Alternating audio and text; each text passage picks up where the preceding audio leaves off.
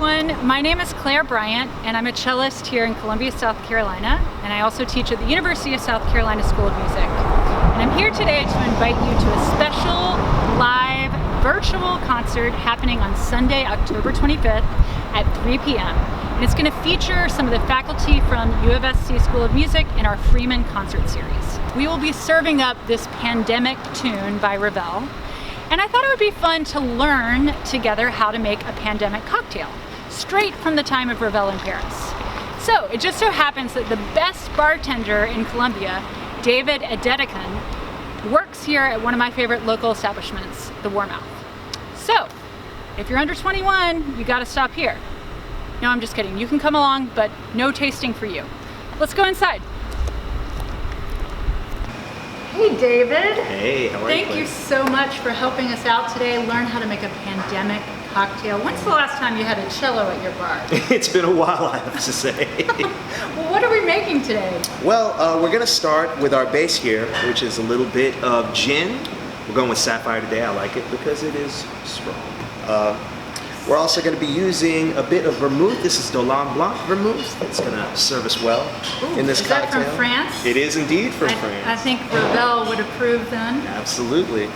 Another product of, not quite from France, but it's from Louisiana, which has quite a bit of French influence. It's absinthe, but it's herb saint absinthe, the most legendary of all absinthes to my mind. Just going to be a bit of that in the cocktail. It's like we're headed to the Moulin Rouge in Paris, right? Wait till you get this. 1918. Indeed.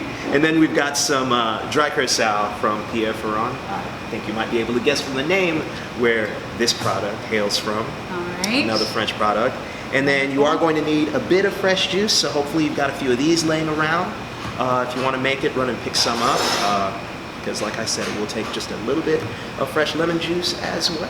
What is this cocktail called, David? Well, this one, it's been around for a while, and it has a very memorable name as a result of that. It is called the Corpse Survivor #2. Wow. Yeah, so time was when you talked about having a corpse survivor, it was a reference to the fact that you'd maybe been out the night before and overindulged, were feeling a little bit worse for the wear as a result, and needed something to kind of perk you back up, pair the dog. I gotcha. Yeah, so it would be appropriate to have this at 3 p.m. It would be appropriate to have this Perfect. at 3 p.m. Perfect. It would.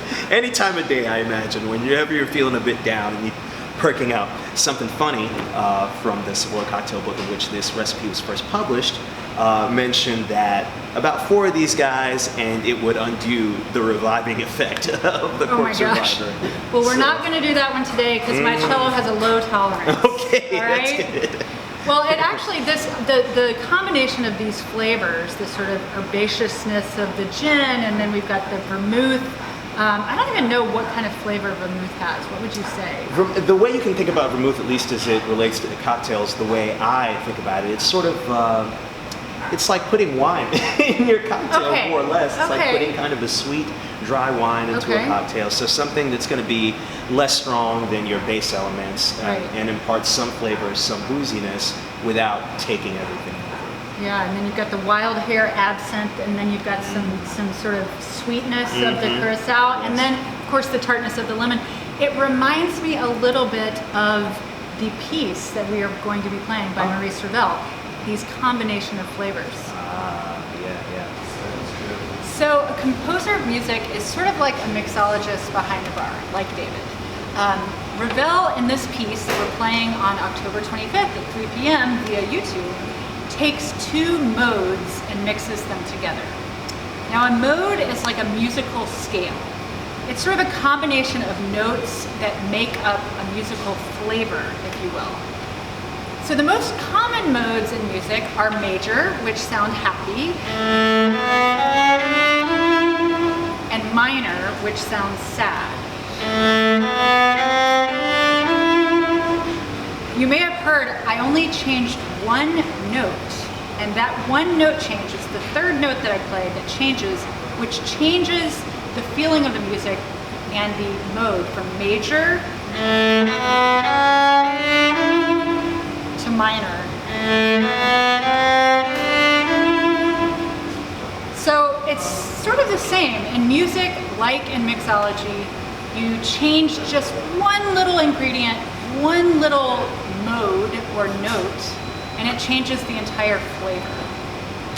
So this Ravel is sort of similar to the Corpse Reviver. We're taking these different flavors, these different modes, if you will, and we're mixing them together. So you're going to hear at the beginning of the Ravel, it starts like this. It's going up in the major mode and down in the minor mode, thus creating a complex cocktail of music. So now we're going to learn from David how to make the Corpse Reviver. David?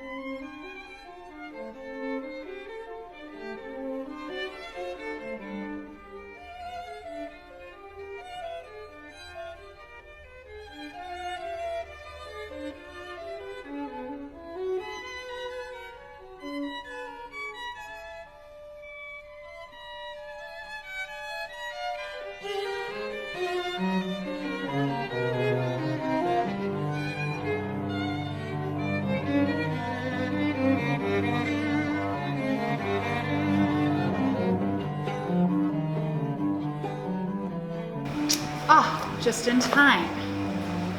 All right, here is the Corpse Reviver.